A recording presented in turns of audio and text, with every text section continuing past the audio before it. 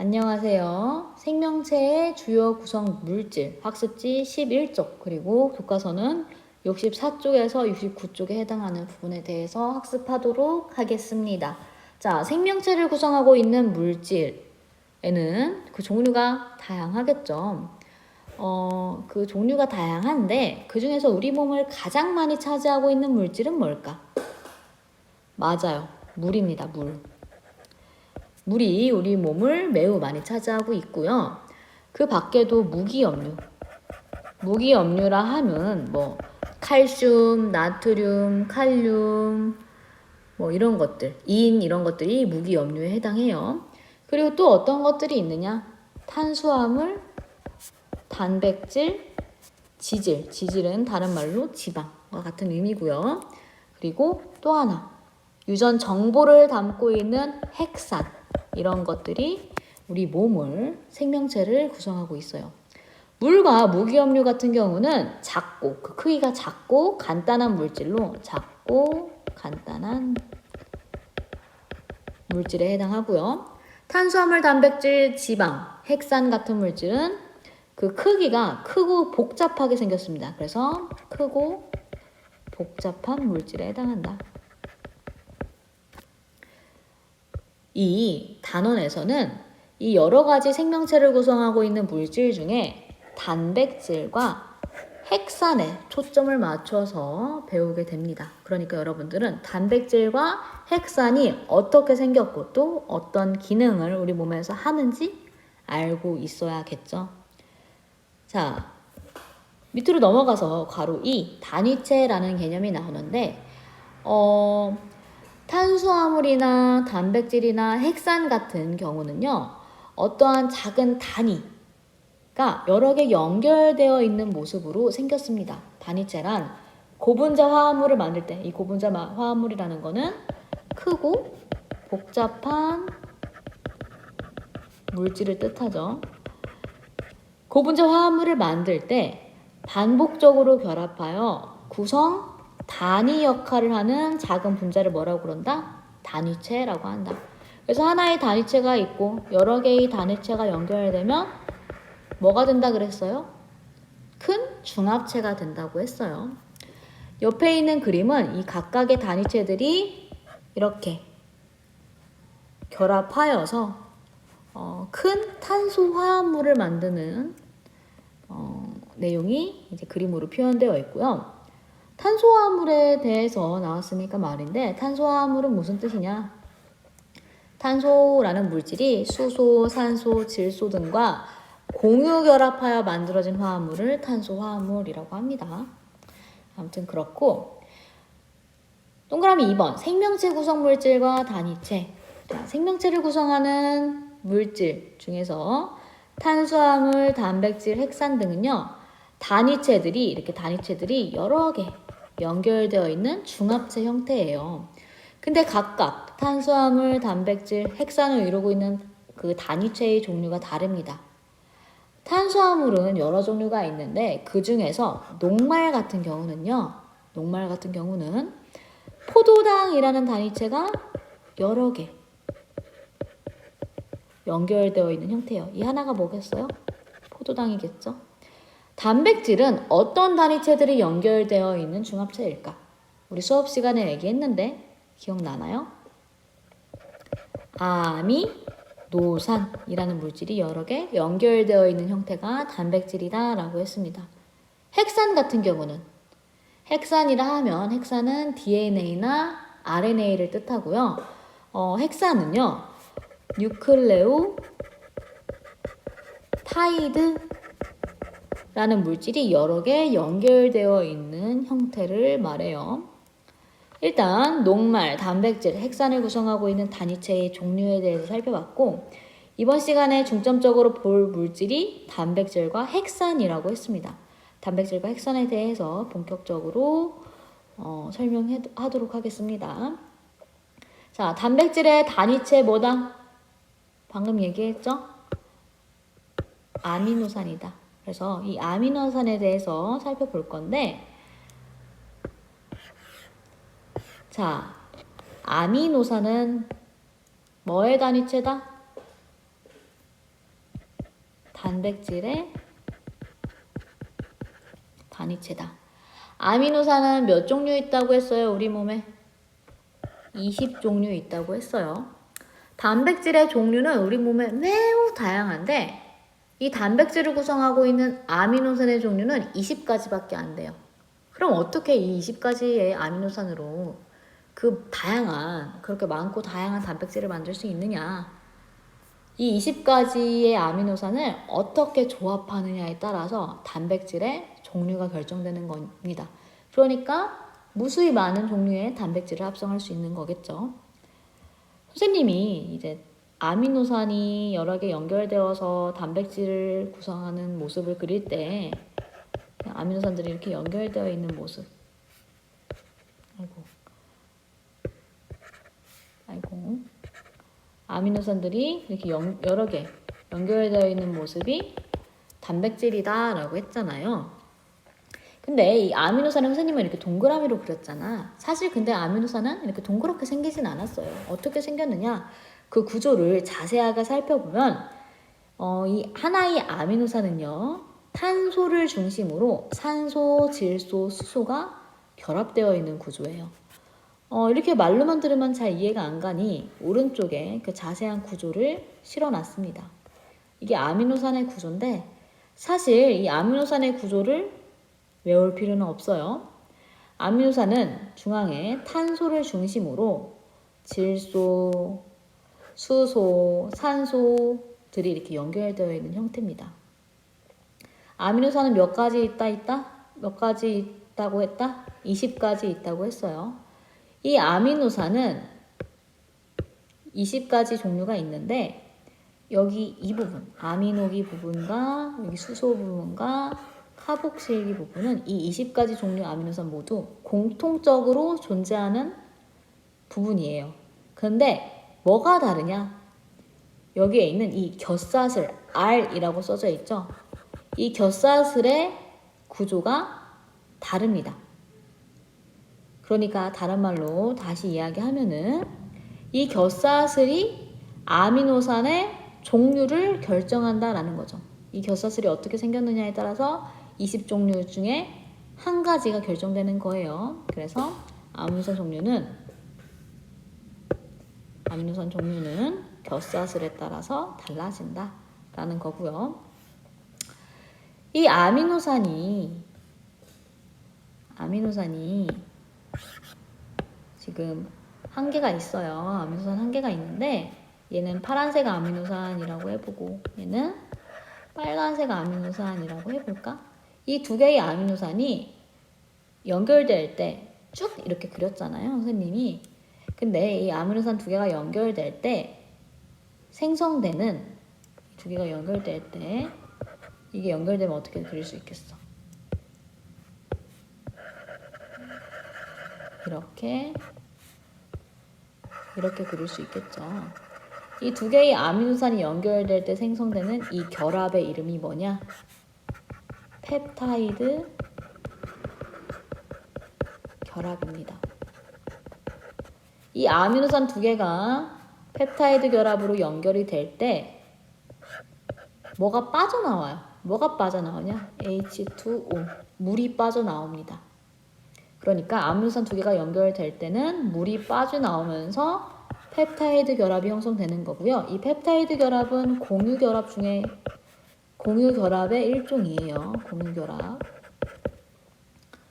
공유 결합이 여러 가지가 있는데 이제 이 아미노산 두 개가 연결되는 걸 펩타이드 결합이라고 이름을 붙인 겁니다. 그래서 이 아미노산들이 쭉 펩타이드 결합으로 계속 연결되다 보면은 뭐가 만들어진다? 단백질이 만들어진다 라고 할 수 있고요. 빈칸을 채워보면 단백질은 여러 종류의 아미노산이 어떤 결합으로? 펩타이드 결합으로 연결된 화합물을 뜻하고요. 펩타이드 결합은 두 개의 아미노산이 결합할 때 뭐가 빠져나온다? H2O, 물 분자가 한 개 빠져나오면서 형성되는 공유결합이다 라는 거. 자, 이 아미노산이 한 개가 있고 하나 더 있으면 몇 개 연결된 거예요? 두 개 연결됐죠. 또 하나 연결되면 3개, 또 하나 4개, 5개, 6개 쭉 연결되는데 이렇게 아미노산이 여러 개 연결되어 있는 형태를 우리는 폴리펩타이드다라고 부릅니다. 폴리. 여기 앞에 있는 이 폴리는 영어로 여러 개다라는 의미예요. 그러니까 여러 개의 아미노산이 펩타이드 결합으로 연결된 걸 폴리펩타이드다라고 부르고 이게 쭉 연결되어 있는 이런 모양을 사슬 모양이다라고 불러요. 사슬 모양. 사슬 모양 같잖아요.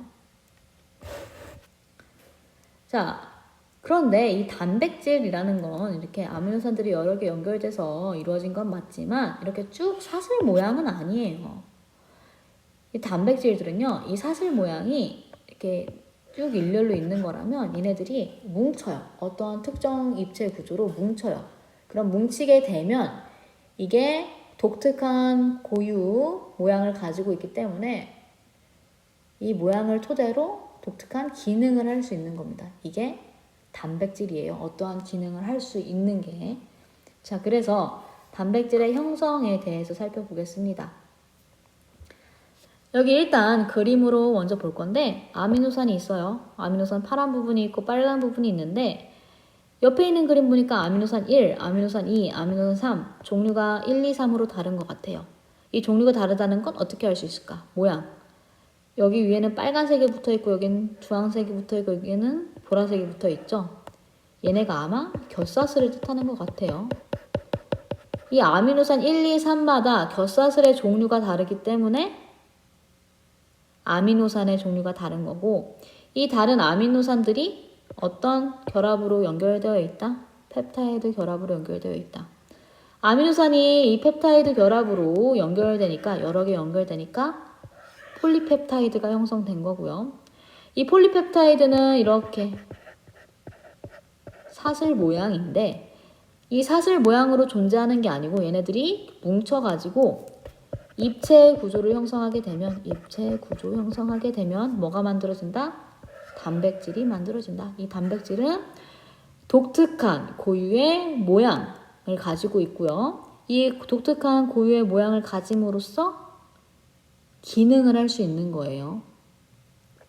그래서 이 내용이 여기 정리되어 있는데 단백질을 구성하는 단백질을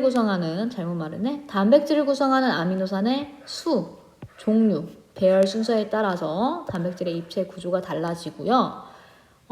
이 입체 구조에 따라서 서로 다른 기능을 가진 단백질이 형성됩니다. 단백질의 구조와 기능은 그러니까 아미노산의 수랑 종류에 따라서 결정된다라는 거죠. 우리 효소 예전에 배울 때 효소의 주성분은 뭐다? 단백질이다 라고 배웠어요. 단백질. 근데 이 단백질 같은 경우는 열을 많이 받게 되면 어떻게 된다 그랬어요? 이 입체 구조가 변한다 그랬어요. 이 입체 구조가 변하면 원래 하던 기능을 한다 못한다? 못한다. 그래서 이거에 대한 내용이 여기 오른쪽 박스에 정리되어 있습니다. 단백질의 입체 구조. 단백질의 기능은 독특한 입체 구조에 의해 나타나므로 만약에 높은 열이 주어진다던가 산성 물질이 단다던가 염기성 물질이 닿아서 이 입체 구조가 변형되면 단백질이 더 이상 제 기능을 하지 못하게 된다라는 이야기가 추가로 정리되어 있습니다. 자, 여기까지가 단백질에 대해서 살펴본 거고 다음 쪽은 이제 핵산에 대해서 살펴보도록 할게요. 핵산에 대해 살펴보기 전에 방금 했던 단백질은 어떤 기능을 우리 몸에서 하는지 다시 한번 정리해 볼게요. 단백질 같은 경우는 우리 몸에서 효소로도 작용할 수 있고 세포에 또는 기관의 구성 성분으로도 쓰이고 또 호르몬으로도 기능하고요. 에너지를 낼 수 있는 에너지원으로도 쓰입니다. 그래서 단백질은 이런 여러 가지 일들을 한다라는 거고 자 이제 핵산이에요. 핵산은 뭐냐? 핵산은요. DNA나 RNA를 우리는 핵산이라고 해요. 핵산. 그리고 이 핵산은 어떤 일을 하느냐? 유전 정보를 저장하는 그런 역할을 합니다. 자, 헥산의 단위체, 헥산을 구성하고 있는 단위체는 뭐라고 했죠? 아까 앞에서 표로 정리했는데 헥산을 구성하고 있는 단위체의 이름은 뉴클레오타이드이다. 뉴클레오타이드라는 물질이 여러 개 연결되어 있는 게 헥산이다 라는 겁니다. 자, 뉴클레오타이드란 헥산의 단위체이며 뉴클레오타이드는 총 8종류가 존재해요. 8종류가 존재하고 뉴클레오타이드의 구조는 어떻게 생겼냐? 뉴클레오타이드는 인산, 당, 염기가 1대1대1의 비율로 결합한 구조입니다. 어떻게 생겼다는 거야? 잘 감이 안 오죠? 오른쪽으로 넘어가서 오른쪽에 박스 보면 나옵니다. 뉴클레오타이드는 이렇게 생겼어요. 가운데에 당이 있고요. 양 옆에 한쪽에는 인산, 한쪽에는 염기가 있습니다. 그래서 뉴클레오타이드는 인산, 당, 염기가 1대1대1의 비율로 결합되어 있다라는 거고요. 이 뉴클레오타이드는 총 8종류가 있어요. 8종류가 있는데 어떻게 결정되느냐? 이거는 여기 밑에 표로 나와 있습니다. 어떻게 8종류인지는. 자, 일단 헥산에는 DNA와 RNA가 있다고 했잖아요. DNA를 구성하는 다시 한번 DNA를 구성하는 뉴클레오타이드 속에 당은요. 무슨 당이냐? 디옥시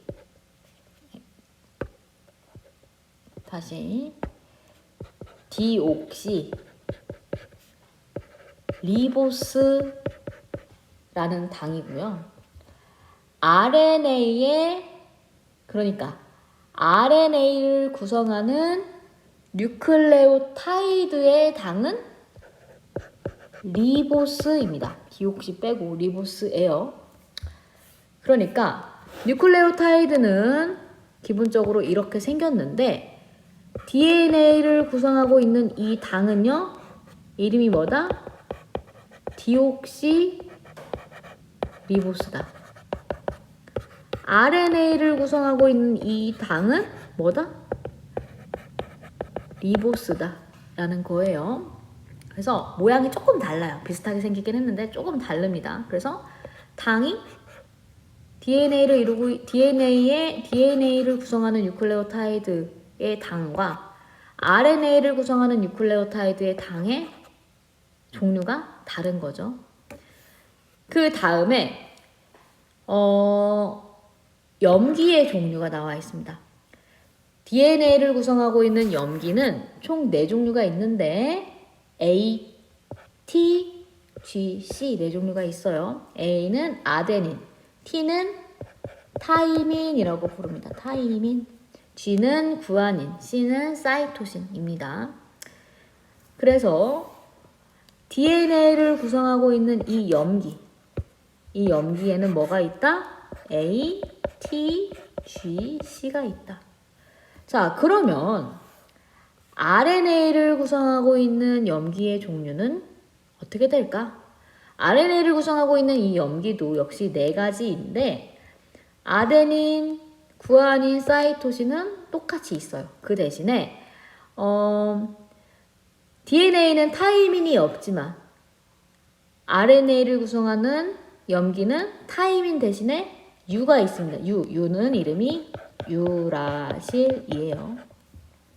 그래서 여기 RNA를 구성하고 있는 염기의 종류는 A, U, G, C인 거죠. 그쵸? 그러니까 이 뉴클레오타이드의 종류는 총 몇 가지입니까? 하나, 둘, 셋, 넷, 다섯, 일곱, 여덟. 총 8가지인 거예요. 그쵸? 여기 당이 다르다는 거. 당이 2종류 있고. 그쵸? 자, 이 DNA의 기능과 RNA의 기능이 조금 다른데 DNA는요, 유전 정보를 저장하는 기능을 하고요. 그러니까 핵 속에 유전 정보를 저장하고 있는 기능을 하는 거야.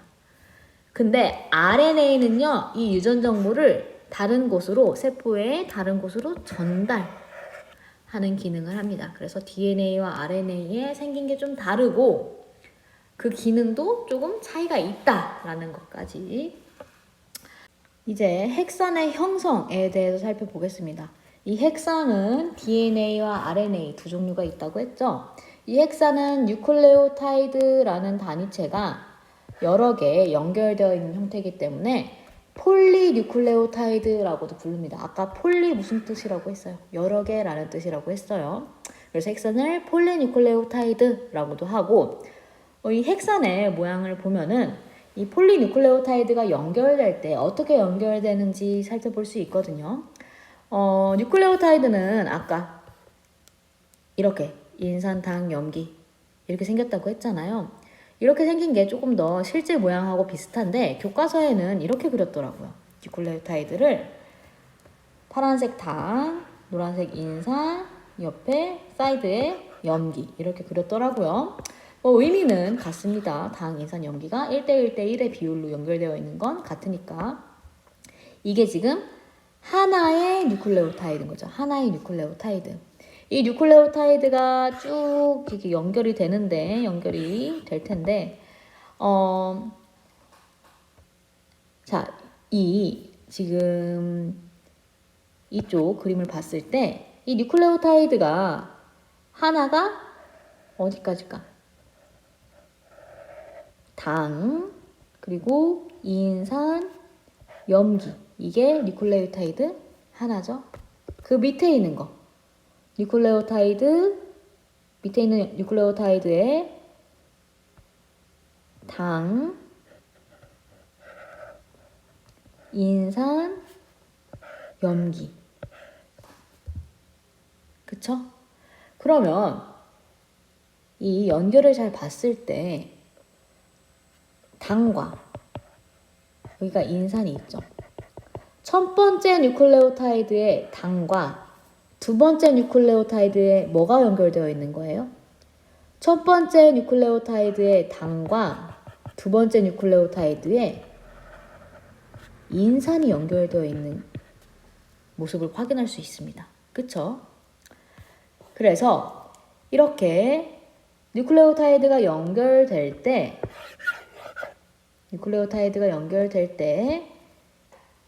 이 부분은 당과 인산으로 구성되어 있다고 해서 얘네들은 당, 인산, 골격이다 라고 하고요. 그 옆에 사이드에 염기가 이렇게 연결되어 있는 모습을 확인할 수 있습니다. 그쵸? 자, 그래서 위로 와서 핵산은 어떻게 생겼느냐? 골격과 염기로 구성되어 있는데 이 당, 인산, 골격을 뜻하는 거예요. 골격은 한 뉴클레오타이드의 당과 첫 번째 뉴클레오타이드의 이 당과 다른 뉴클레오타이드, 두 번째 뉴클레오타이드의 인은 인산이라고도 합니다. 인산이 공유결합하여 긴 뉴클레오타이드 사슬인 뭐가 만들어진다? 여러 개 연결된 폴리뉴클레오타이드가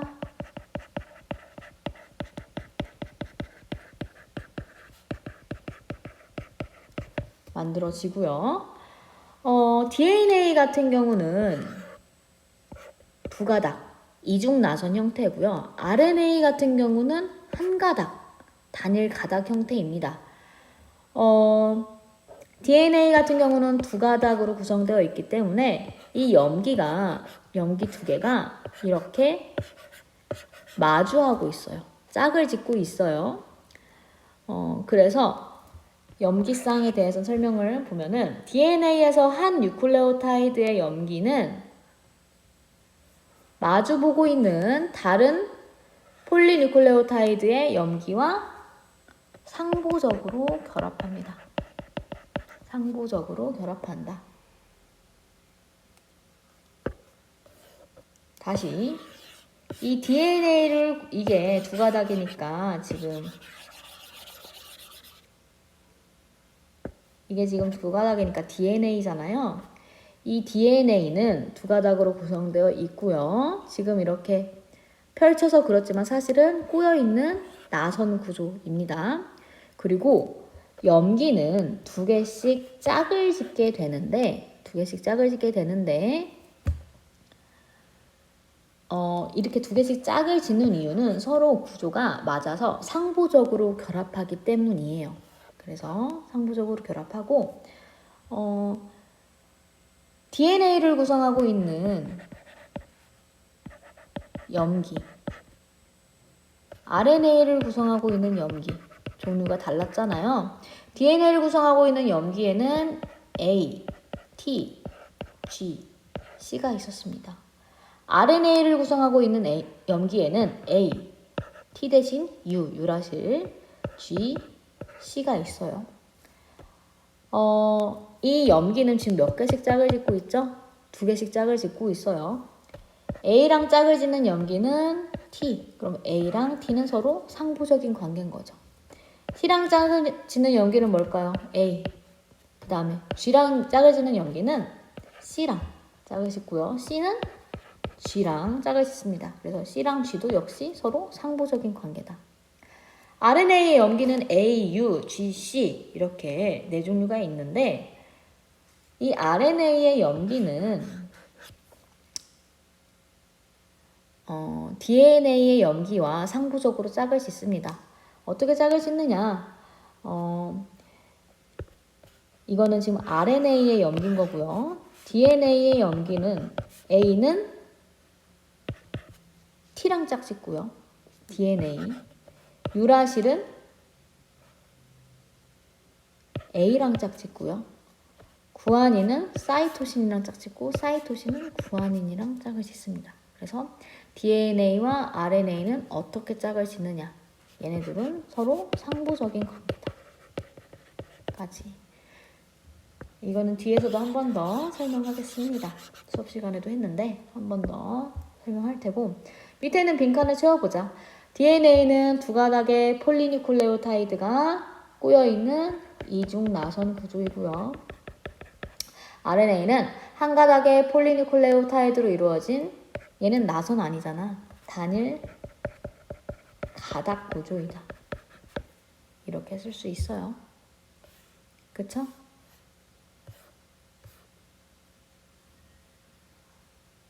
자, 여기 옆에 DNA 염기의 상부결합 나와 있네. 아데닌은 항상 타이민하고 연결되고 구아닌은 항상 사이토신하고만 상부적으로 결합한다. 그래서 상부적인 관계 때문에 DNA에서 한쪽 가닥의 염기서열 알면 나머지 가닥 염기서열 알 수 있다까지. 자, 그 다음에 위에 오른쪽 박스 중에 위에 거 볼까? DNA와 유전정보 저장. 생명체의 유전정보는 DNA의 염기서열에 저장되어 있어요.